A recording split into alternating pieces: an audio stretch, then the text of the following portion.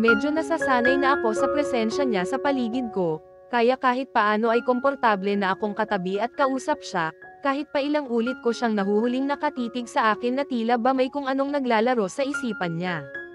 Hindi ako nakauwi at maghapon na nanatili dito sa bahay si Sir Russell. Tinawagan ko na lang si Alona at sinabing hindi ako makakauwi ngayong araw.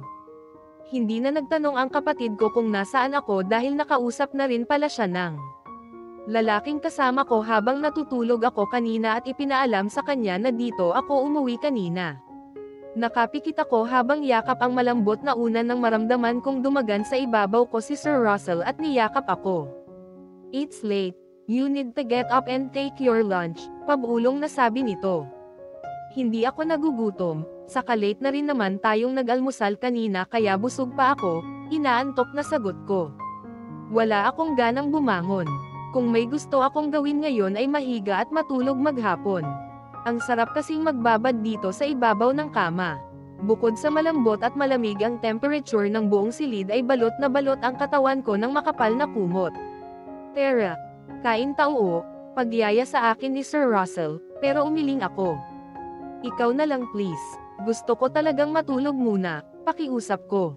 Hindi ako napilit ni Sir Russell. Nakatulog agad ako nang mahiga siya sa tabi ko at hindi ko na namalayan kung kailan bumangon dahil hapon na nang muling magising ako. Kahit paano, maganda na ang pakiramdam ko. Hindi na rin masakit ang ulo ko dahil nakabawi na ako ng puyat at nakatulog ng maayos. Iginala ko ang paningin ko sa buong silid. Nasa sofa pala si Sir Russell at abala sa ginagawa niya kaharap ang laptop. Mukhang busy siya dahil nakatutok lamang dito ang atensyon niya. Bumangon ako at pumasok sa CR para maghilamos at magsipilyo. Napatingin tuloy ako sa kaharap kong salamin. Halatang bagong gising ako at sabog pa ang buhok ko pero fresh na ang ore ko. Malaking bagay talaga kapag may sapat na tulog. Matagal na akong hindi nakakatulog ng ganito kahabang oras kaya na-enjoy ko ang magpahinga sa araw na ito. Dahan-daang lumabas ako sa CR at kinuha ang cellphone ko. Ito kasi ang unang ginagawa ko para tingnan kung may text messages ba akong natanggap mula sa mga kapatid ko. Since okay naman daw sa bahay ay panatag na ang loob ko ngayon. Hindi ako nag-iisip kung kumusta na ang mga kapatid ko dahil alam kong mabuti ang lagay nila doon. Malaking bagay talaga ang cellphone at komunikasyon lalo na sa gaya kong laging wala at kailangan kong iwan ang mga nakababatang kapatid ko para magtrabaho. Marahang humakbang ako at lumapit kay Sir Russell. Umupo rin ako sa tabi niya at ngumiti sa kanya. "How do you feel now?" tanong ni Sir Russell na malimit kong marinig sa kanya. "Hindi na masakit ang ulo ko," agad na sagot ko. Inalis niya sa kandangan ang hawak na laptop at inilapat sa kaharap na maliit na lamesa. "Come here, Beatrix," tawag sa akin ni Sir Russell kaya maang na napatingin ako sa kanya. Katabi ko na siya, pero gusto niyang tumayo ako at umupo sa kandangan niya. Nakaramdam tuloy ako ng kaba dahil sa gusto niyang mangyari. "Are you afraid of me?" Tila hindi nakatiis na tanong ni Sir Russell nang makitang natigilan ako. "No." Nahihiya ako, napalunok na sagot ko. "Why?" Kunot ang noo na tanong niya sa akin. Ang awkward kasi sa pakiramdam. Pinili ko ang magsabi kay Sir Russell ng totoong nararamdaman ko tungkol sa aming dalawa. Mas mabuti ng ganito para naman alam niyang nag-a-adjust pa ako sa sitwasyon namin ngayon. "Soon, you'll get used to it, Beatrix, as I will always be around and near you in the same room like this." Kagat ang pang-ibabang lips na yumoko ako. Nakatitig na naman kasi sa mukha ko ang magandang mga mata niya, kaya lalo lamang bumilis ang tibak ng puso ko at pakiramdam ko ay hinihingal ako. "Yes, nag-a-adjust pa kasi ako," nakayukong sagot ko. Bigla ay niyakap ako ni Sir Russell. Palagi siyang ganito, pero hinahayaan ko na lang. Wala naman siyang ginagawa para ikagalit ko ang simpleng pagyakap niya sa akin. Hindi nagtagal, para akong magaan na bagay na umangat ang katawan sa sofa at napunta na sa kandangan ni Sir Russell. Nakapulupot ang braso niya sa bewang ko habang ang isa naman ay nasa likuran ko bilang suporta. "Kailangan mo nang masanay na ganito tayo, Beatrix, dahil totoo ang meron tayo," mahinahon na sabi ni Sir Russell. Kinabig niya ako kaya damaykit ang noo ko sa balikat niya. Para tuloy akong batang paslit na yakap ni Sir Russell at nakaupo sa kandanggan niya. Kusang yamakap sa balikat niya ang mga braso ko at piniling maging komportable ang pakiramdam ko habang yakap namin ang isa't isa. Hindi ko alam kung gaano katagal kaming ganito. Nakapikit ako habang tila musika sa pandinig ko ang naririnig kong mahina at tulamadong pintig ng puso ni Sir Russell. Ang bango rin ng pinagsamang amoy ng subang ginamit niya, maging ang panlalaking pabagaw malimit kong maamoy sa kanya. Mahinang ungol ang narinig ko mula kay Sir Russell nang umayos ako ng upo at dumaikit sa leeg niya ang mukha ko. "Masakit pa ba ang katawan mo?" Bigla ay tanong ni Sir Russell sa akin kaya tumanggo ako. Isang malalim na buntong hininga ang narinig kong pinakawalan niya na tila ba pinipigilan ang sarili. Ewan ko kung anong pumasok sa utak ko at kusang bumaon ang mukha ko sa leeg ni Sir Russell at lumapat ang bibig ko sa balat niya. Pinagsawa ko ang sarili kong amuyin siya na para bang sinasanay ko ang ilong ko sa natural na amoy ni Sir Russell habang yakap siya. "Kumain ka na ba ng lunch mo?" Naisip kong itanong sa kanya. "Not yet," malalim ang paghinga na sagot ni Sir Russell. "Why? Busy ka ba?" Curious na tanong ko. "No. I am waiting for you, para sabay tayo." Natigilan ako dahil sa narinig ko. Hindi ko alam kung guni-guni ko lang ba ito, pero parang sa maikling panahon ay ramdam ko ang attachment namin sa isa't isa. "It's late now, Russell. Dapat kumain ka na muna." Sagot ko na akmang aalis sa kandanggan niya pero humigpit ang pagkakayakap niya sa bewang ko. "I am hungry, but not because of food." Napatingin ako kay Sir Russell, habang kunot ang noo na nagtatanong ang mga matang nakatingin sa kanya. "Saan? I mean, may gusto ka bang kainin?" Curious na tanong ko. "Oo, ikaw." Maikli lang ang naging sagot ni Sir Russell. 2 words, pero naging dahilan ito para mas lalo pang bumilis ang tibok ng puso ko. "Pero magdamag mo na akong inangkin kagabi," mahaba ang nguso na sagot ko. "Yes, but I want you again, baby," naglalambing na sabi ni Sir Russell. "Grabe ka naman, muntik na ngang magkalasog-lasog ang katawan ko kagabi dahil ang wild mo, tapos gusto mo na namang umulit." Nahihiyang sagot ko, sabay siksik ng mukha ko sa dibdib niya. "You can't blame me, Beatrix. I am so addicted to you. Lagi akong may gana na makasama ka bawat oras. Hindi mo alam kung paano ko sinusubukang pigilan ang sarili ko na huwag hilahin ang kumot ng hindi mabilang na ilang beses kanina, habang ikaw ay natutulog sa ibabaw ng aking higaan na hubot-hubad, at angkinan ka ng paulit-ulit."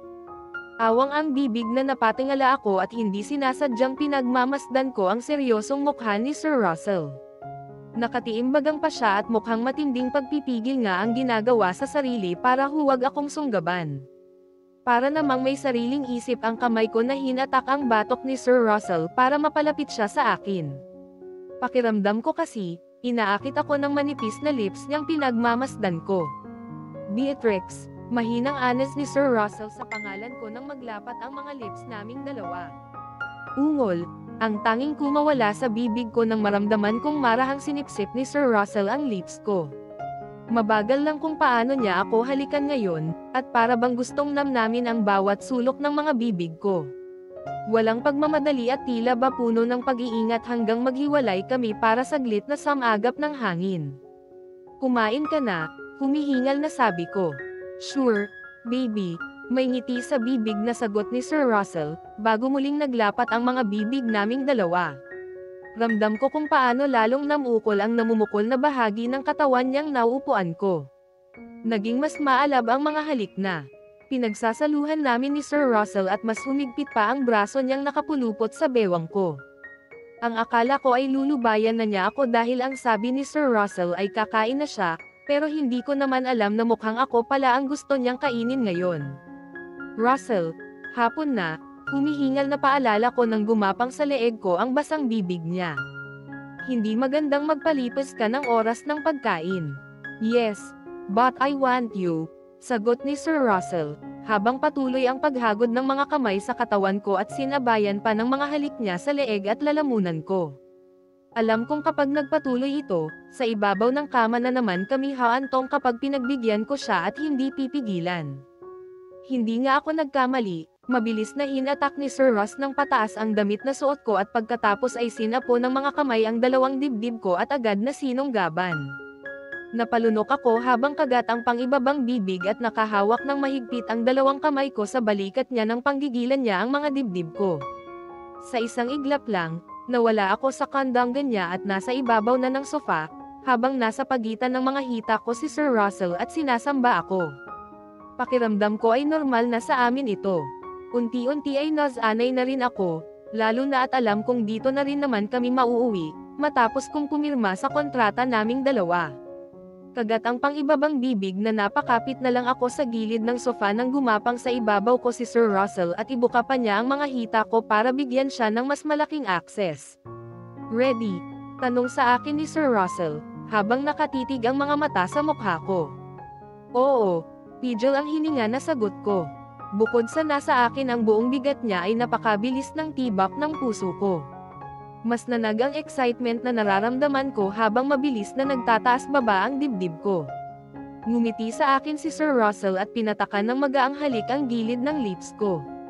Bigla niya akong niyakap ng mahigpit at sinabayan ito ng biglang pagbaon ng pagkalalaki niya sa perlas ng silangan ko.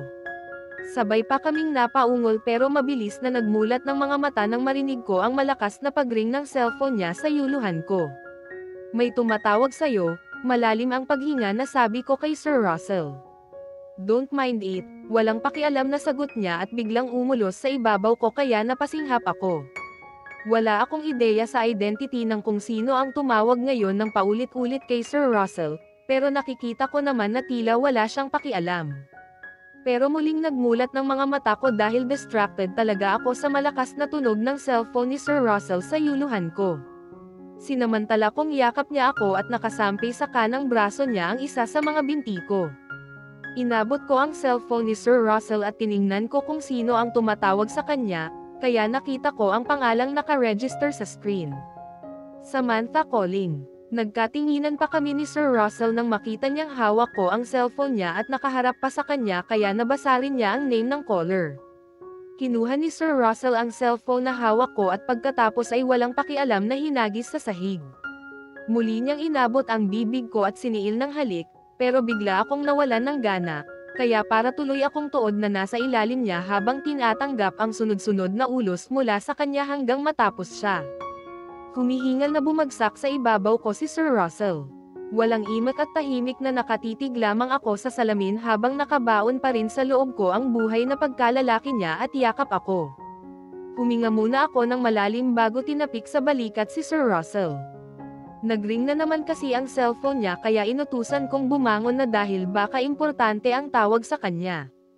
Bumangon si Sir Russell at inalalayan akong maupo sa sofa katabi niya. Inabot niya ang cellphone sa sahig at nakita kong parehong pangalan pa rin ang naka-register na tumatawag sa kanya.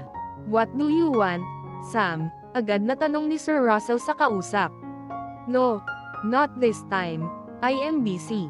Dahil magkatabi lang kaming dalawa, kaya naririnig ko ang sinasabi ng babaeng kausap niya sa kabilang linya kahit hindi naka-loudspeaker ang cellphone niya. "Anong busy ka? Alam kong nambabae ka lang, Russell, kaya huwag ka nang magdahilan," masungit at mataray na sagot ng babae sa kabilang linya. Napalunok ako lalo na at panay ang marahang haplos at hagod ng kaliwang kamay ni Sir Russell sa nanginginig pang hita ko. Ngumisi ang katabi ko at bahagyang tumawa bago nagsalita. "Alam mo naman pala, so why are you still disturbing me?" Napatingin ako sa katabi ko. Mukhang wala namang special na namamagitan sa kanila ng babaeng kausap niya kaya walang dahilan para magselos ako. "Ha? Ako nagseselos? Teka, hindi totoo yan, walang ganon." Muling napatingin ako kay Sir Russell nang tumawa ito ng mas malakas. "So what's your plan, Sam?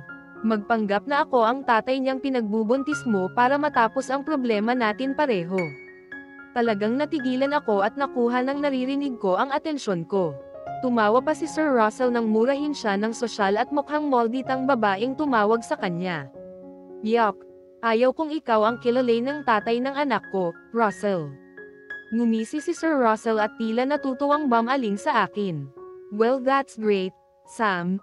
I can't be a father to your child, kasi may magiging mga anak rin ako soon. Asa ka pa, wala kang ang nabuo kasi babaero ka.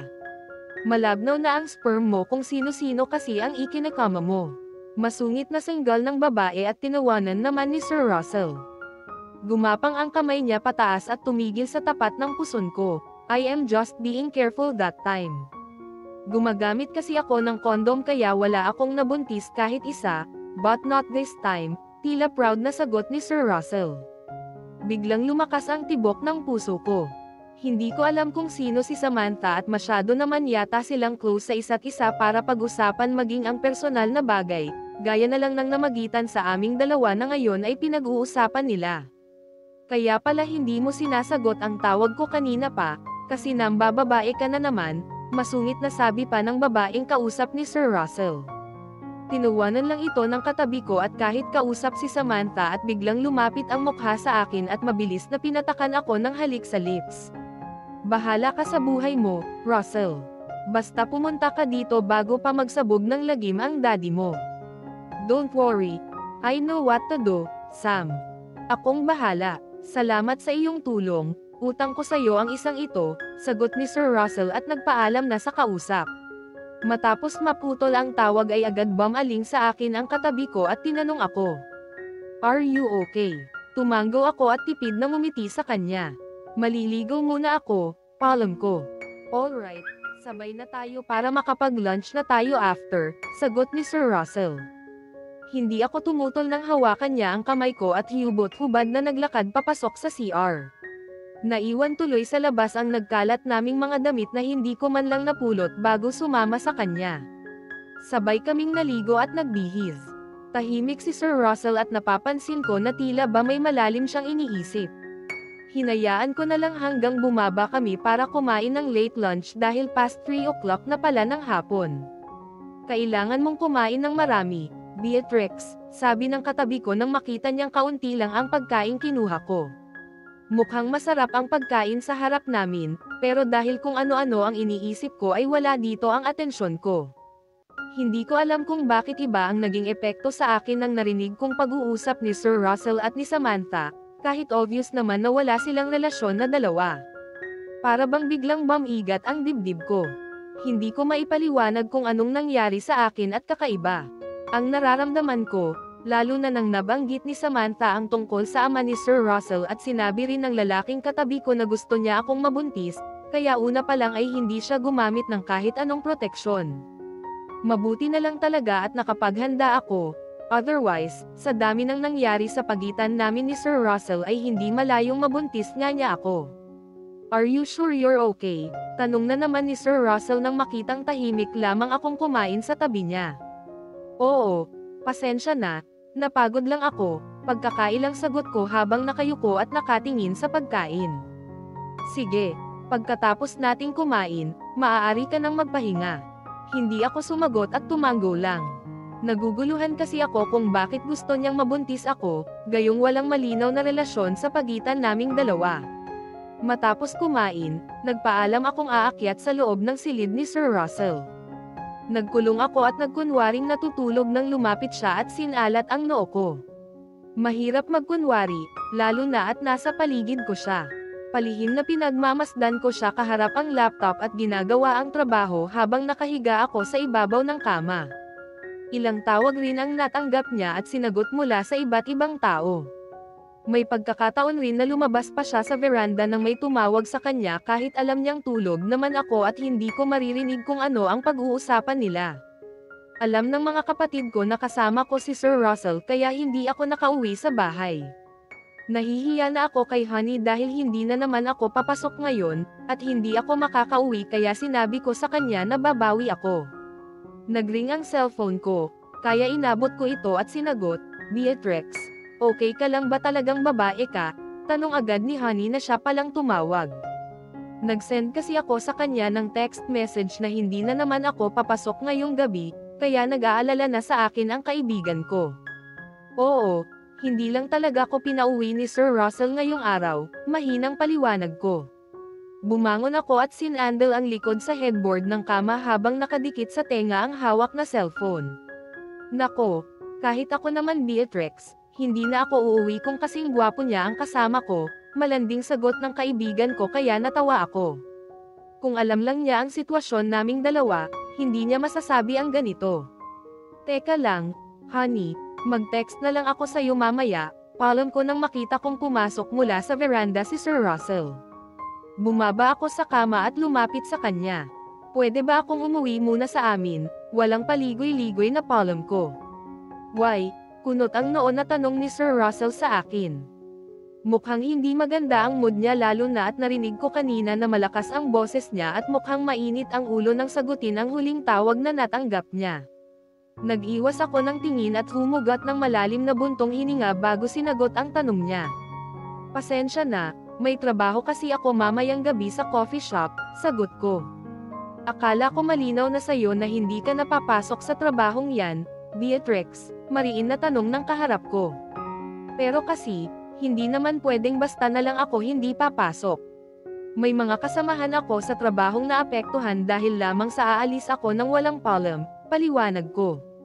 Walang kasama sa panggabing duty si Honey sa coffee shop. Hindi gaya sa fast food na maraming staff at may mga part-time employee pa.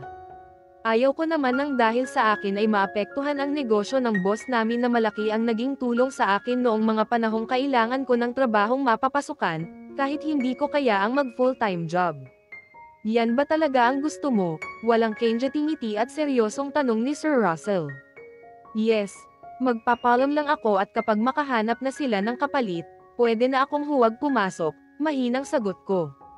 Alright, tipid na sagot ni Sir Russell. Hindi ko alam kung pumayag siya o hindi. Wala naman kasing confirmation. Akong nakuha sa sagot niya. Hinarap niya ulit ang laptop at ako naman ay nanatiling nakatayo lamang sa gitna. Frustrated na umupo ako sa sofa katapat ni Sir Russell. Daig ko pa ang tuod na hindi malaman ang gagawin. Maaga pa lang naman. Wala pang 4 o'clock, kaya may time pa kung papasok ako sa coffee shop, pero dahil hindi ako sigurado kaya hindi ko rin alam kung ano ang gagawin ko. Dahil abala si Sir Russell sa trabaho, lumabas na lang ako sa veranda. Baka kasi maabala ko pa siya kapag namalagi ako doon at manood ng palabas sa telebisyon.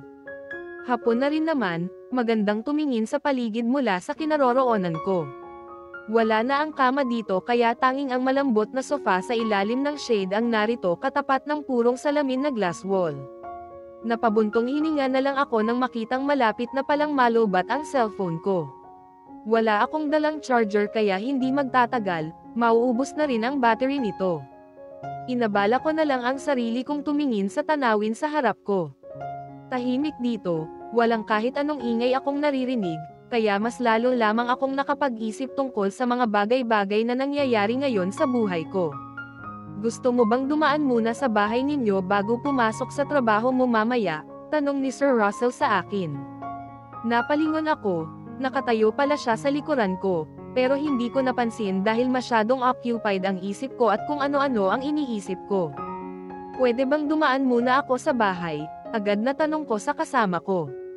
It's up to you, tipid na sagot ni Sir Russell. Lumapit siya sa akin at tumabi.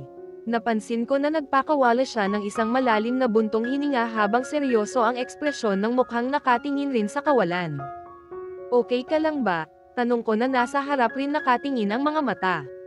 I am not, maikli at tipid na sagot ni Sir Russell. Napatingin ako sa kanya. Bakit? Hindi nakapagpigil at curious na tanong ko. It's okay, don't mind me. Okay, tanging ito ang naisagot ko dahil obvious naman na ayaw niyang sabihin sa akin kung anong nangyari. Mukhang dahil ito sa sunod-sunod na tawag na natanggap niya kanina, pero dahil wala naman akong karapatan na magtanong sa kanya at makialam sa personal na buhay ni Sir Russell, kaya pinili ko na lang ang manahimik sa tabi niya. Sakay ako ngayon ng magarang sasakyan ni Sir Russell habang tahimik siyang nagmamaneho para ihatid ako sa bahay. Tanging ang mga ingay sa kalsada ang naririnig ko habang nakasandal sa upuan ko at nakatutok ang mga mata sa daan. Gaya ng dati, sa kanto, malapit sa isang sikat na pharmacy tumigil ang sasakyan ni Sir Russell. Salamat, maikling sabi ko matapos kalasin ang seatbelt na nakakabit sa katawan ko. For what? Tanong ni Sir Russell na ngayon ko lang muling narinig na nagsalita mula nang sabihin niyang maghanda na ako at ihahatid na niya ako. Sa paghatid mo sa akin, nahihiyang sagot ko. Alam ko kasing busy talaga siya dahil nakita ko namang abala siya maghapon habang naroon ako sa bahay niya, pero nagawa pa rin niya akong ihatid dito sa amin. It's nothing, maikling sagot ng kasama ko. May pinindot siya at bumukas ang maliit na compartment katapat ng driver seat. Nagulat ako nang kunin niya ang wallet niya at may inabot na card sa akin. Para saan yan? Gulat na tanong ko. For you, maikli at seryoso ang ekspresyon ng mukha na sagot ni Sir Russell. Agad na umiling ako bilang pagtanggi, dahil hindi ko naman sinabi sa kanya na kailangan ko ng card niya. I am sorry, hindi ko matatanggap yan. Tila hindi nagustuhan ni Sir Russell ang sagot ko. Nangunot ang noo niya at nagbago ang ekspresyon ng mukha habang nakatingin sa akin. Bakit hindi? Hindi ko naman kasi kailangan ng pera. Isa pa may trabaho naman ako. Nangako ka na titigil sa pagtatrabaho sa lalong madaling panahon, sa makatuwid. Ako na ang bahala lahat, pati na ang iyong personal na mga gastusin, agad na sabi ni Sir Russell na pumutol sa paliwanag ko. Oo nga pala, gusto na niya akong tumigil sa trabaho, kaya bibigyan na lang niya ako ng pera lalo na at ibabahay na niya ako. Sige. Nahihiyang sagot ko. Inabot ko ang card na binigay niya. Wala akong nakitang pangalan niya, maliban sa logo ng bangko, isa itong black card na gold-printed na logo at pagkatapos ay tanging silver chip ang nakita ko. Walang kahit anong nakalagay sa likuran katulad ng sample ng signature na karaniwang nakikita ko sa atom card na meron ako. Thank you ulit, nilagay ko sa loob ng maliit na bag na dala ko ang card katabi ng cellphone ko nang muling nagsalita si Sir Russell. Sinabi niya sa akin ang PIN number kaya mabilis na nilagay ko sa notes ko para hindi ko makalimutan. Aalis ako ng bansa bukas ng maaga. Anumang bagay na kailangan mo, call my staff, Dimple. She will handle everything, bili ni Sir Russell. Nakaramdam ako ng kakaibang kaba kaya hindi ako nakatiis at tinanong siya. Saan ka pupunta? London. Malayo pala, wala sa sariling bulong ko. Kailan ka babalik dito sa Pilipinas? Why, mamimiss mo ba ako? May ngiti sa bibig na tanong ni Sir Russell sa akin. Ha? Paano? Nauutol na sagot ko. Lalong lumawak ang ngiti sa bibig ni Sir Russell, nang makita niyang naiilang ako at nag-iwas ng tingin. Inabot niya ang mukha ko at marahang pinisil. Huwag kang mag-alala, sa susunod, sasama ka sa akin at maglilibot tayo sa buong mundo, sabi ni Russell. Pero umiling ako. Ayaw ko, nakakatakot kayang sumakay ng eroplano, agad na sagot ko, dahil sunod-sunod ang hindi magandang mga balita tungkol sa mga aksidenteng kinasasangkutan ng mga ganyang sasakyang panghimpapawid. Let's go. Ihahatid na kita, sabi ni Sir Russell, na kinalas ang seatbelt na nakakabit sa katawan niya. Gaya ng dati, hawak kamay na naglalakad kami papunta sa bahay. Bukas pa ang ilaw nang dumating ako, at gising pa ang mga kapatid ko na natuwa nang makita kami, ganon rin si Sir Russell. Bigla tuloy naging maingay dito sa bahay namin habang nagkukulitan sila. Ako naman ay umakyat dito sa silid namin ng mga kapatid ko at nagbihis na. Nang masiguro na naitago ko na sa secure place ang card na binigay ni Sir Russell sa akin ay bumaba na ako. Naabutan kong nagkukwentuhan si Sir Russell at mga kapatid ko dito sa sala. Bakit ang iingay nyo? Tanong ko sa mga kapatid ko. Kasi ate, sabi ni Kuya Russell, pwede na daw tayong lumipat sa bagong bahay na titirahan natin, masayang sabi ni Alona. Oo nga, ate, maganda daw doon sabi ni Kuya, sabat naman ni Vito. Gusto nyo bang sumama sa amin ng ate Beatrix ninyo? Tanong ni Sir Russell sa mga kapatid ko na agad namang sumagot, at excited na sinabing gusto na nilang makita ang bahay na titirahan namin. Tama na yan, papasok na muna ako sa trabaho ko, paalam ko sa mga kapatid ko para matapos na ang usapan. Hinatid ako ni Sir Russell sa coffee shop. Akala ko ay aalis na siya, pero sumabay siya sa akin pumasok dito sa loob. Maraming salamat talaga sa paghatid mo sa akin dito, ingat ka bukas sa flight mo, mahinang sabi ko dahil nakita kong nakatingin sa amin si Honey. Nakita ko kung paano sinuyod ng mga mata ng lalaking kasama ko ang buong paligid. Thanks. Can I taste your coffee here? Tanong ni Sir Russell. Sige, maupo ka muna, mag-punch lang ako ng time card ko then, igagawa kita ng kape, Sagot ko at itinuro ang bakanteng lamesa sa kanya. Saglit na nagpaalam ako at pumunta sa counter. Alam kong hinihintay lang ako ni Honey, dahil kanina pa nakasunod ang mga mata niya sa amin. Beatrix, ano, siya na ba yan? Hindi nakapaghintay na tanong sa akin ng kaibigan ko. Anong sino? Kunwari ay tanong ko. Sino pa? Ang gwapong bumili sa pechay mo, madaldal na sagot nito. Muntik ko nang dagukan si Honey. Mabuti na lang at may kaunting distance ang lamesa kung saan nakaupo si Sir Russell, dahil kung hindi, siguradong maririnig niya ang pinagsasabi nitong kaibigan ko. Ang bibig mo, ang ingay mo, Honey, nanliliit ang mga matang banta ko. Sorry na, excited lang, girl. Ipakilala mo naman ako, Beatrix, malanding pakiusap ni Honey pero umiling ako. Akin yan. Huwag mong pinagpapantasyahan, pabirong-bulong ko habang naghahanda ng kape para kay Sir Russell. Ngumiti sa akin ang kaibigan ko at kukurap-kurap pa. Ang damot mo, kung sa bagay, mukha siyang masarap, kaya dapat lang talaga na bakuran mo ng bongga. Natawa ako kay Honey, ganito talaga kami kung mag-usap, lalo na sa gabi pantanggal antok dahil pareho kaming kulang sa tulog. Diyan ka muna, ihahatid ko lang ito, paalam ko kay Honey. Bumalik ka agad dito, bawal kumerengkeng sa customer natin sa oras ng trabaho, Beatrix. Tila masungit na boss na sabi ni Honey, bagay na tinawanan ko lang. Dala ang black coffee na malimit kong nakikitang iniinom ni Sir Russell at pati na rin ang bestseller namin dito na cheesecake ay lumapit ako sa table kung nasaan siya. Pailan-ilan pa lang naman ang customer dahil hindi pa break time ng malapit na call center dito sa amin. Kaya okay lang na umupo muna ako at samahan saglit si Sir Russell dito sa lamesa. Inilapag ko ang kape sa harap niya, pati na rin ang isang hiwang cake. Pwede mong i-try ito, bestseller namin iyan dito, nakangiting sabi ko. Alright, let me taste it, may ngiti sa bibig na sabi ni Sir Russell. Tinikman niya ang kape, mukhang nagustuhan naman niya dahil nakita kong tumanggo-tango pa. Inabot ko ang maliit na spoon at kumuha ng maliit na portion ng cake at dinala sa tapat ng bibig niya. Huli ko na napagtanto kung ano ang ginawa ko nang ngumiti sa akin si Sir Russell at sinabing masarap daw habang nakatitig sa mukha ko. Gusto mo pa? Tanong ko para mawala ang awkwardness na nararamdaman ko. Yes, tumango si Sir Russell kaya parang naobliga tuloy ako na subuan siya hanggang sa naubos niya ang cake na dala ko. Inabot ng halos 1 oras na kasama ko dito sa coffee shop si Sir Russell, bago siya nagpaalam sa akin na aalis na. Salamat ulit sa pagsama mo sa akin dito, sabi ko habang nakatingin ang mga mata sa kamay kong hawak niya. It's my pleasure. Take care. Habang wala ako, sabi ni Sir Russell. Bigla ay nararamdaman ko na naman ang bigat sa dibdib ngayong aalis siya at nagpapaalam sa akin. Sigurado naman akong babalik rin siya agad, kaya hindi ko pinakita kay Sir Russell ang lungkot na bigla ay naramdaman ko. Thank you, ikaw rin. See you next time.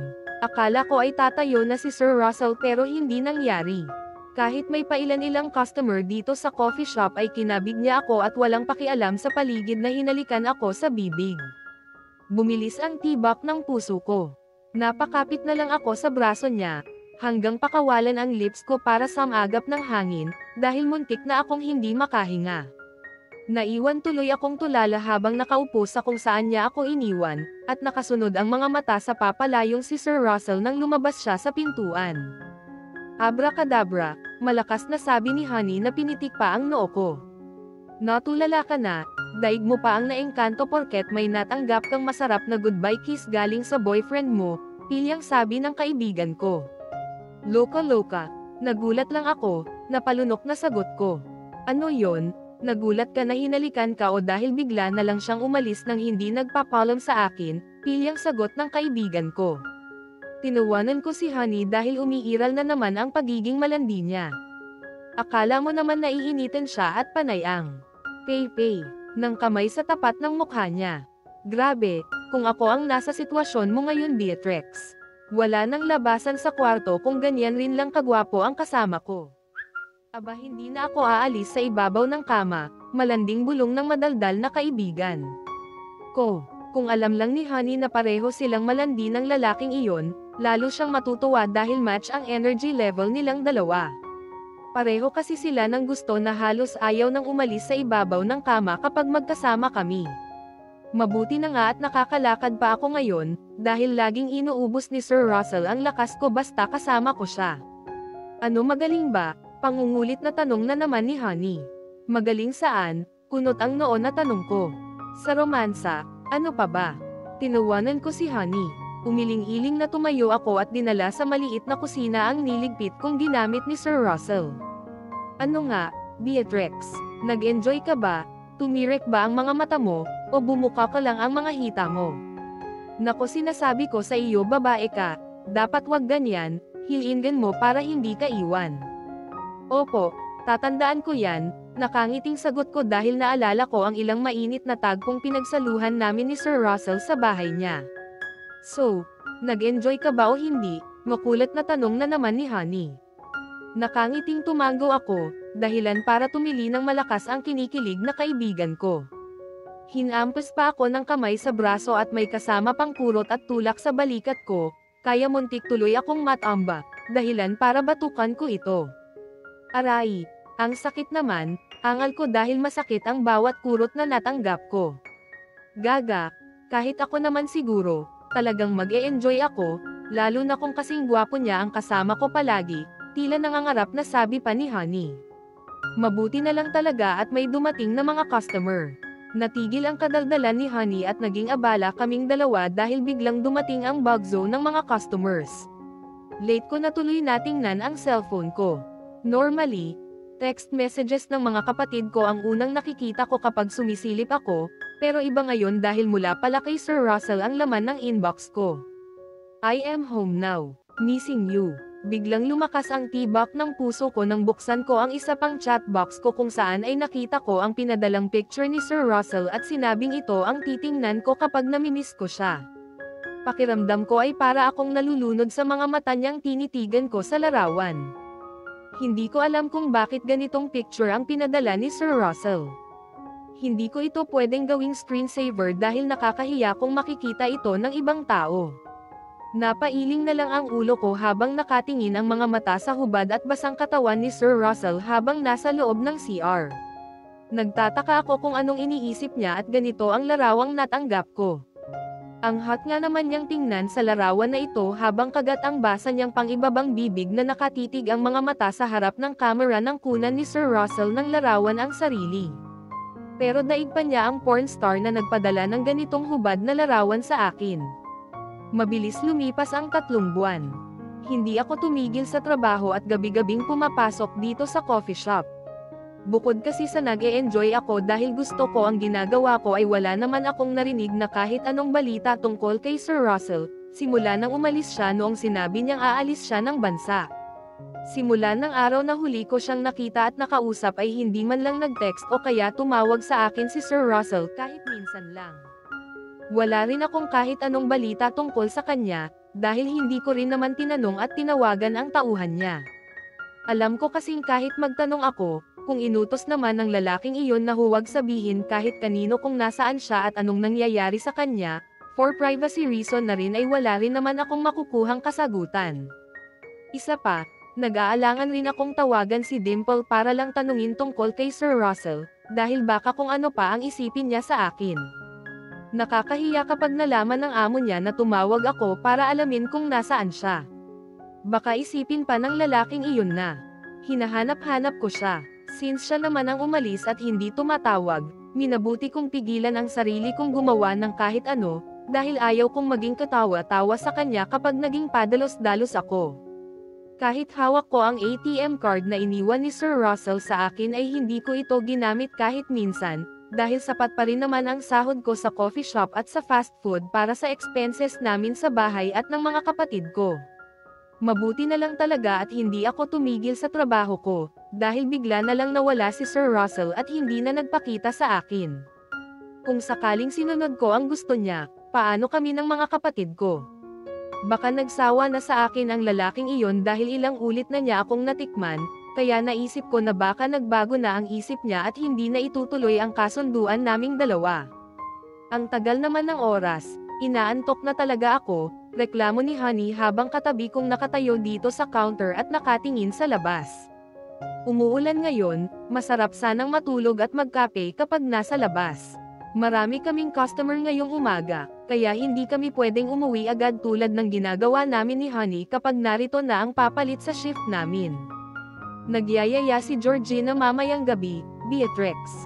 Ano, sasama ka ba? Tanong ng kaibigan ko. Wala akong pasok sa fast food dahil off day ko ngayon. Nagkataon na sahod rin namin, kaya may pera kami ngayon. Pwede naman, basta huwag kayong maglalasing doon. Alam mo namang hindi ko kayo kayang iuwi ng mag-isa lang ako, sagot ko kay Honey. Siguradong may sasakyan namang dala si Georgina kaya huwag kang mag-alala, Beatrix. Rich kid ang kaibigan natin, kaya ihahatid tayo ng moldit ang iyon pauwi. Natawa ako kay Honey. Oo nga pala, kahit paano ay maayos na ang buhay ni George nang may makuha siyang pera mula sa lolo niya. Hindi man malaki, pero sapat para makapagpatayo siya ng maliit na negosyo. Kahit doon na tayo sa bar ni Georgina matulog, pwede yon, Beatrix. Kaya okay lang na malasing tayo, sabi pa ni Honey. Kung sabagay, malimit siyang pumunta doon. Hindi gaya ko na noong opening day lang nakapunta dahil busy talaga ako sa trabaho. Sinamantala naman ng magaling na kaibigan ko ang pagkakataong iyon dahil kumuha siya ng mga pictures namin at pinakita sa mama niya as a proof na okay ang relasyon naming dalawa. Binatukan ko talaga si George nang malaman ko ang ginawa ng baklang iyon. Ginamit na naman ako ng walang palam. Naisip ko tuloy si Sir Russell na baka magalit ang lalaking iyon kapag nalaman niya ang ginawa ng kaibigan ko. Pero nakahinga ako ng maluwag matapos dumaan ang ilang araw at linggo dahil wala akong natanggap na tawag mula sa kanya tungkol doon. Habang naghihintay kaming matapos ang shift namin ay siya namang dagsa ng maraming customer. Normal ito kapag ganitong umuulan at tapos na rin ang shift ng mga call center agent sa katapat naming building, kaya dito sa coffee shop nagpapalipas ng oras. Mabuti pa, mauna ka nang umuwi, Beatrix. Ako na lang ang mag-o-overtime hanggang mamaya, para makapagpahinga ka na, sabi ni Honey. Alam niyang kulang ako sa tulog dahil may trabaho ako sa araw sa fast food, kaya kahit marami kaming customers ngayon ay hindi niya ako pinilit mag-overtime. Salamat, Honey, mauna na ako sa iyo ha, paalam ko sa kaibigan ko. Hinubad ko ang apron na suot ko at pumunta sa locker area para kunin ang gamit ko at makapag-punch out na rin ng time card. Dahil nagmamadali akong makauwi, hindi ko na tiningnan ang cellphone ko. Mabilis na kinuha ko ang mga personal na gamit ko, kasama ang folding na payong sa locker at lumabas na sa stockroom. Normal day lang ito sa akin, pero nagulat ako nang lumabas ako ng coffee shop at nakita ko ang sasakyang pamilyar sa akin, dahilan para biglang bumilis ang tibak ng puso ko. Kalma, Beatrix, baka pareho lang yan ng sasakyan ni Sir Russell. Mahinang bulong ko sa sarili ko at hindi na pinansin ang nakaparadang itim na sasakyan.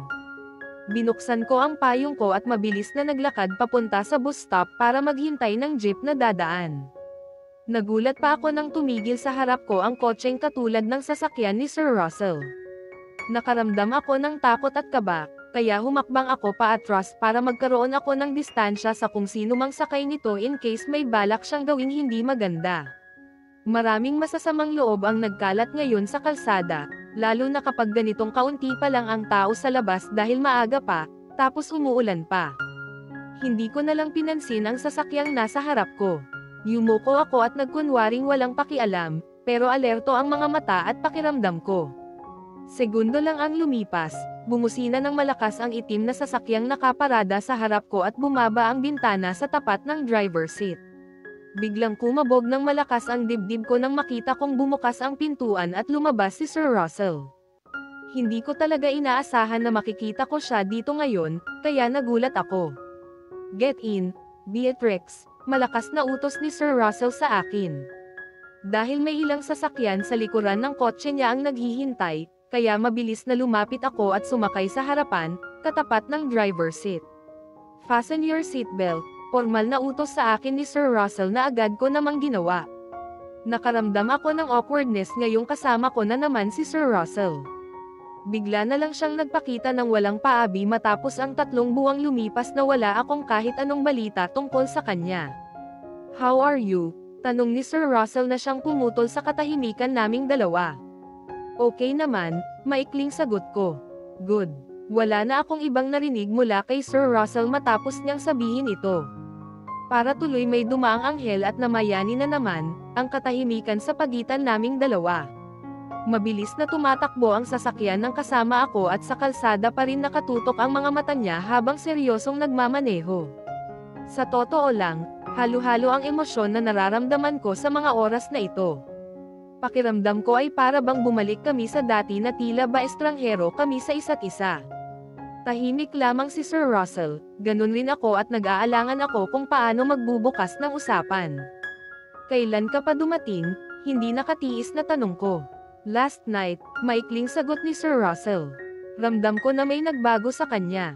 Ewan ko kung pakiramdam ko lang ito, pero parang bukod sa formal lang kung magsalita si Sir Russell ay may nararamdaman akong kakaiba sa kinikilos niya. Did you miss me? Biglang bumaling ang paningin ko sa lalaking kasama ko. Wala akong nakitang ngiti sa bibig niya. Wala rin ang karaniwang kislap ng mga mata ni Sir Russell sa tuwing tinatanong niya ako ng ganito noong mga panahong una ko siyang nakasama. Seryoso lang siya habang nagmamaneho at nasa kalsada nakatutok ang mga mata. Ewan ko kung ganito ba talaga ang totoong ugali niya, kaya nagbago ang dating malambing na siya at ngayon ay biglang naging malamig ang pakikitungo sa akin. I guess not, mahina lang ito, pero narinig ko nang sabihin ni Sir Russell. Bakit tinatanong mo yan kung ikaw mismo, naglahong parang bula? Ang sabi mo, pupunta ka sa London, impossible naman na walang signal doon ang cellphone mo, kaya hindi kita matawagan. Tapos ngayon, uuwi ka dito sa Pilipinas at biglang magpapakita sa akin at tatanungin mo ako kung namiss kita, inis na tanong ko. Hindi ko alam kung saan ako humugot ng lakas ng loob na bitawan ang mga salitang sinabi ko. Ang nakakainis pa, nakita kong bahagyang tumaas ang gilid ng bibig ni Sir Russell na tila ba natutuwa siyang naiinis ako sa ginawa niya. Teka, bakit parang ang demanding ko naman yata ngayon, gayong wala naman siyang sinabi nang umalis siya na tatawagan niya ako at magte-text sa akin kapag nasa London na. Siya, nag-assume lang pala ako kasi ang akala ko ay okay naman kaming dalawa. Inis na sinimangutan at inirapan ko si Sir Russell, masisisi ba niya ako kung nag-expect ako ng maayos na komunikasyon noong umalis siya, kasi maayos naman ang lahat sa pagitan naming dalawa. So, na-miss mo ako, narinig kong sabi ni Sir Russell. Hindi ito tanong kung hindi parang gusto niyang i-convince ang sarili na ganon nga ang nararamdaman ko. Hindi, walang dahilan para ma-miss kita, inis na sagot ko. Assuming siya, matapos niyang hindi magpakita sa akin ng 3 buwan, tapos biglang susulpot ngayon sa harap ko at tatanungin ako kung na-miss ko ba siya. Really, mukhang maganda na ulit ang mood ni Sir Russell. Nakita ko siyang ngumisi sa akin, kaya nagsalubong ang kilay ko at sinimangutan ko siya. Hindi ko na lang sinagot ang tanong ni Sir Russell. Pinili ko ang pumikit para ma-relax ang isip ko at makapag-isip ng maayos. Kapag ganito kasing naiinis ako, baka kung ano pa ang masabi ko sa kanya, dahil pakiramdam ko ay naglalaro lamang siya, kaya ako na ang kusang umiwas. Gusto mo bang mag-breakfast muna somewhere? Tanong ni Sir Russell. Gutom na ako at inaantok kaya sinabi kong baka pwedeng dumaan muna kami sa Chowking. Mabuti na lang at may drive-thru at mabilis kaming nakapag-order. Nag-take out na lang kami. Wala kasi talaga ako sa mood na kumain sa labas dahil ang gusto ko lang ngayon ay umuwi sa bahay at matulog na. Hinatid ako ni Sir Russell dito sa bahay. Nadatnan naming naghahanda na para pumasok sa school ang mga kapatid ko nang buksan ko ang pintuan. Kuya Russell, malakas na sigaw ni Riza nang makita kung sino ang kasama ko. Papasok ka na ba sa school? Tanong ng lalaking kasama ko kaya masayang sumagot ang kapatid ko. Opo, kuya, mabuti at dumalaw ka ulit dito sa amin, kasi nami-miss ka na ni Ate Beatrix. Pinandilatan ko ng mga mata si Riza. Loko na bata ito, pahamak ang bibig kong minsan. Talaga, ang sabi ng ate mo, hindi daw niya ako na-miss. Malawak ang ngiti sa bibig na sagot ni Sir Russell. Lagi ko ngang nakikita na tinitignan ni ate ang cellphone niya kapag narito siya sa bahay. Manahimik ka nga, Riza, mabuti pa, kumain ka ng almusal at pumasok ka na sa school, utos ko sa madaldal na bunsong kapatid ko. Sige, Baka malate ka ng pasok. Don't worry, may premyo ka sa akin, mahinang sabi ni Sir Russell kay Riza, bagay na ikinatuwa naman ng kapatid ko. Inikutan ko siya ng mga mata nang nakangiting lumapit sa akin. Huwag kang maniwala sa batang yon, inuuto ka lang niya, nakasimangot na sabi ko. Tumingin muna sa kusina ang lalaking kausap ko at pagkatapos ay marahang humakbang palapit sa akin, huminto siya sa harap ko at pinakatitigan ang mga mata ko. No, kids don't lie, Beatrix, may ngiti sa labing sagot ni Sir Russell at pagkatapos ay kinabig ako at niyakap ng mahigpit. I missed you too, mahinang bulong niya, dahilan para makaramdam ako ng pamilyar na kabog sa dibdib ko sa tuwing katabi ko siya at nasa paligid ko. Ate, aalis na po kami, magalang at nakangiting palm ni Alona sa akin. Sige, galingan ninyong tatlo sa school today, nakangiting sabi ko. Syempre ate, kami pa ba, nakangiti at mayabang na sagot ni Riza. Nakatayo siya malapit sa pintuan at handa nang umalis para pumasok sa school na pinapasukan nila. Alam kong excited siyang pumasok sa school araw-araw. Masaya akong nakikitang masigla na ang kapatid ko at bumalik na sa dati ang daily routine niya. Nakakapasok na siya ngayon sa school at nakakapag-aral na rin. Malaki na ang pagbabago sa katawan ng kapatid ko simula nang naoperahan siya at lumabas sa hospital. Hindi ko na nakikitang nanghihina at hinihingal si Riza, pero patuloy pa rin ang pag-inom niya ng gamot araw-araw para na rin sa continuous healing niya.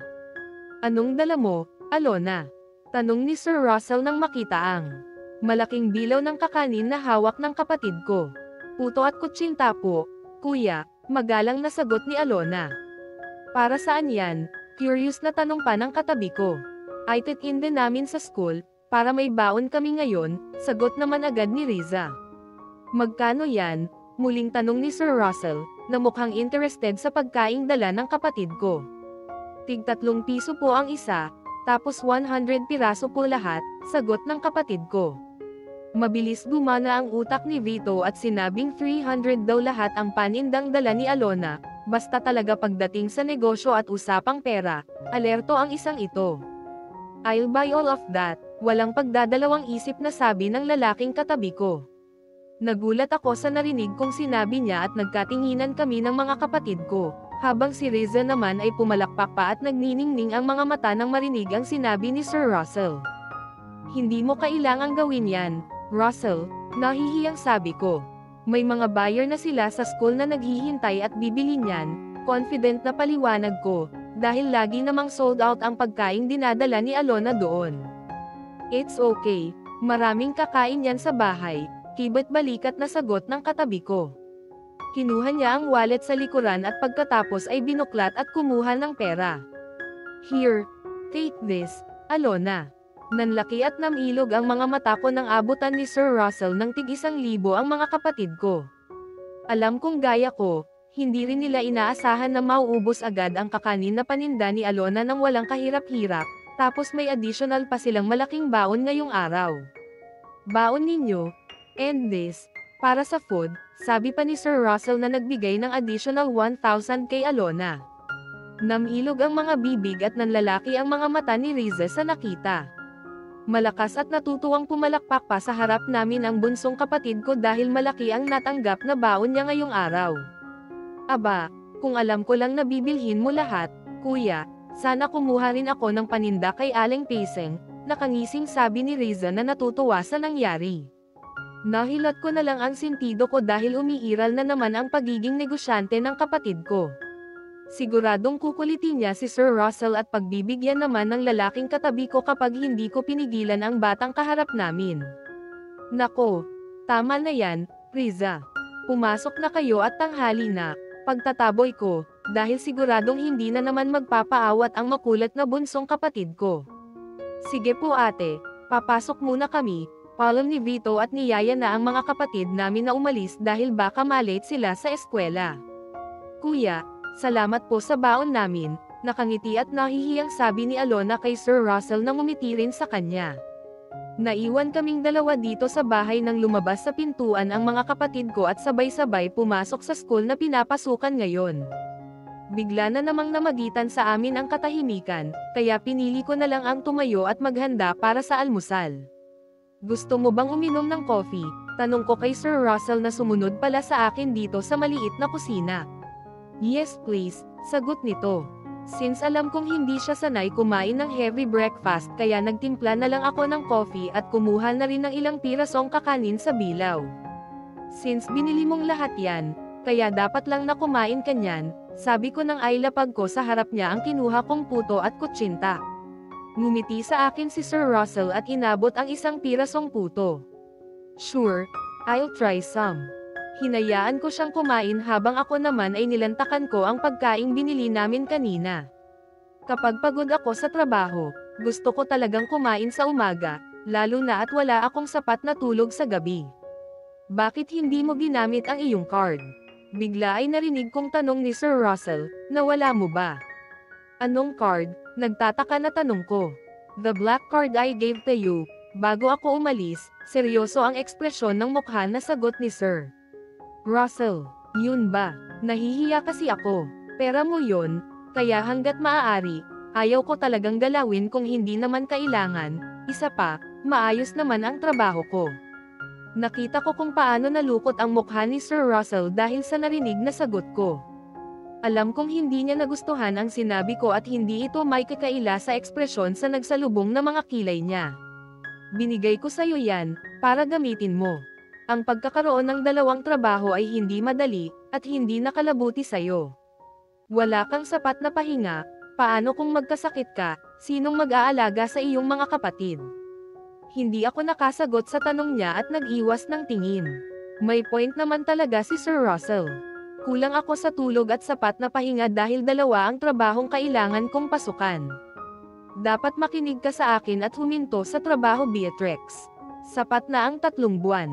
Kung may kailangan ka, gamitin mo lang ang card ko, hindi mo kailangan pumasok sa 2 trabaho araw-araw. Ramdam kong seryoso talaga si Sir Russell kaya para tapos ang usapan, tipid na okay na lang ang sinagot ko. Inaantok na kasi talaga ako at makirot ang sentido ko dahil sa puyat, kaya ayaw ko nang makipagtalo sa kanya. Matapos kumain ng almusal ay tumayo na ako at nagligpit ng mga pinagkainan namin. Nakaupo lang sa harap ng lamesa si Sir Russell at hindi na nagsalita, pero ramdam kong nakasunod sa bawat kilos ko ang mga mata. Ang bilis ng kilos ko dahil gusto ko nang matulog. Matapos maghugas ay agad na umakyat ako sa maliit na silid ko at hinubad ang uniform na suot ko. Tanging puting tuwalya ang tapis sa katawan ko nang bumaba ako para maligo. Agad na nagtama naman ang mga mata namin ni Sir Russell nang makita ako at pagkatapos ay nakita kong bumaba ang mga mata niya sa katawan ko. Maliligo muna ako, napalunok na palm ko. Pwede bang sabay tayong mag-shower? Tanong ng kaharap ko pero umiling ako. Hindi tayo kasya sa CR, maliit lang kasi yon, nahihiyang sagot ko. Tipid na alright lamang ang naging sagot ni Sir Russell. Hindi na ako nagsalita pa at mabilis na pumasok sa CR para maligo. Malamig ang tubig, presko sa pakiramdam. Malaking bagay na nakaligo ako dahil nawala ang pamimigat ng mga mata ko. Nadaanan kong nakaupo pa rin sa sofa si Sir Russell nang lumabas ako sa CR para magbihis. Hawak niya ang cellphone kaya mabilis na umakyat ako sa hagdan at pumasok sa silid namin. May kausap siya sa cellphone nang bumaba ako. Kahit naman kasi inaantok ako, hindi ko naman kayang matulog na narito siya at walang kasama. Bisita namin siya dito sa bahay, kaya kailangan ko pa rin i-entertain habang narito siya. Alright, thank you, Vigor, nagpaalam si Sir Russell sa kausap at bumaling sa akin. Come here. Utos niya kaya humakbang ako palapit sa kanya. Hinawakan ni Sir Russell ang braso ko at iginiya ako para maupo ako sa kandanggan niya. Wala akong narinig na kahit ano mula sa kanya nang yakapin niya ako ng mahigpit at sinamyo ang buhok ko. How are you? Mahina at halos pabulong na tanong niya sa akin. Okay naman, maikling sagot ko. Wala nang sumunod na usapan sa pagitan naming dalawa. Ilang minuto akong yakap ni Sir Russell habang nakasandal ang ulo ko sa dibdib niya ng lakas loob na sinabi kong inaantok na ako. Alright, let's go upstairs so you can rest. Tumayo na ako pero muling bumaling sa kanya. Hindi ka ba uuwi sa bahay mo? No, agad na sagot ni Sir Russell. Bakit? Mas maganda doon at makakapagpahinga ka ng maayos. Wala kaming aircon dito sa bahay. It's okay, nandito na ako at natulog sa kwarto mo ng minsan, at ayos lang ako, kibot balikat na sagot ng kasama ko. Bahala ka, tanging nasabi ko na lang. Magaan kasi ang ulo ko dahil magdamag akong naka-duty sa coffee shop, tapos kulang pa rin sa tulog sa araw dahil pumasok naman ako sa fast food. Hindi ko kayang makipag-usap ng matagal, kaya hahayaan. Kumuna si Sir Russell lalo na at para akong hinahatak ng higan. Gusto mo bang maligo muna? Nag-aalangan na tanong ko kay Sir Russell, dahil alam ko kung ilang ulit siya kung maligo kapag nasa bahay niya. Yes, agad na sagot nito. Kumuha ako ng bagong towel at pagkatapos ay binigyan ko siya ng sabon. Sorry, wala kaming shower gel dito, kaya bar soap lang ang maibibigay ko. Ayos lang ako, manatili ka dito, ako nang bahala. Matapos kunin ang hawak ko ay mabilis na naghubad ng damit na suot niya si Sir Russell at lumabas dito. Naiwan akong nakasunod ang mga mata sa kanya hanggang sa tuluyang nakalabas siya. Ilang minuto rin ang lumipas nang bumaba ako para siguruhin na nakalock ang pintuan. Mahirap magtiwala sa paligid, lalo na at uso ngayon ang nakawan. Suot pa rin ni Sir Russell ang boxer niya nang pumasok dito sa silid ko. Nakahiga na ako at agad na tumabi siya sa akin, kaya umusog ako malapit sa dingding para magkasya kaming dalawa sa maliit naming kama. Ramdam ko kung paano pumulupot ang braso ni Sir Russell sa bewang ko at pagkatapos ay hinaplos ng kamay ang tiyan ko. May nararamdaman ka bang nagbago sa katawan mo? Mahinang tanong ng katabi ko. Nakapikit na umiling ako bilang sagot. Okay ba ang cycle ng monthly menstruation mo? Muling tanong ni Sir Russell sa akin. Yes, sagot ko sabay hikab. Muli na naman niya akong tinanong kung kailan ang huling araw ng period ko. Since hindi ko na maalala, kaya sinabi kong nakalimutan ko na. Humikab at nakapikit na yamakap ang braso ko sa hubad na katawan niya. Mamaya mo na ako tanungin, Russell. Inaantok na talaga ako. Okay, dream of me, baby, pabulong na sabi ni Sir Russell kaya napangiti ako. Hinagod ng mainit na palad niya ang tagiliran ko hanggang naabot ang dibdib ko at pinisil. Napasinghap tuloy ako dahil sa ginawa niya. Bagay na sinamantala ni Sir Russell. Hinuli niya ang lips ko at siniil ng halik na agad ko namang ginantihan habang nakayakap ako sa kanya. Alam kong pagod at inaantok ka na, kaya matulog na tayo. Pero babawi tayo pag gising mo mamaya, malambing na bulong sa akin ni Sir Russell. Naghahabol ng hininga na tumango ako. Mabuti na lang at tumigil siya dahil siguradong may mangyayari na naman sa amin kung nagpatuloy siyang landiin ako. Inaantok ako, pero panay ang paglulumikot ng mga kamay ni Sir Russell sa katawan ko. Umilalim pa ang kamay niya sa manipis na damit pantulog ko at marahang pinisil-pisil ang dibdib ko kaya nakapikit na napaungol na lamang ako. Russell, stop, ang likot mo, pidgel ang hininga na saway ko sa kanya. Imbes sumagot, niyakap niya ako ng mahigpit at pagkatapos ay naramdaman kong idiniin niya ang sarili sa akin. Alam kong nagpipigil siya, lalo na at 3 buwan kaming hindi nagkita, pero dahil puyat ako at inaantok, kaya mukhang tama ang sinabi ni Sir Russell na mamaya na lang daw niya ako aangkinin kapag nakapagpahinga ako, okay na sana, kaya lang, paano naman ako makakatulog kung lalong nabubuhay ang kalamnan ko dulot ng mainit na palad niyang humahagod sa nag-iinit na katawan ko.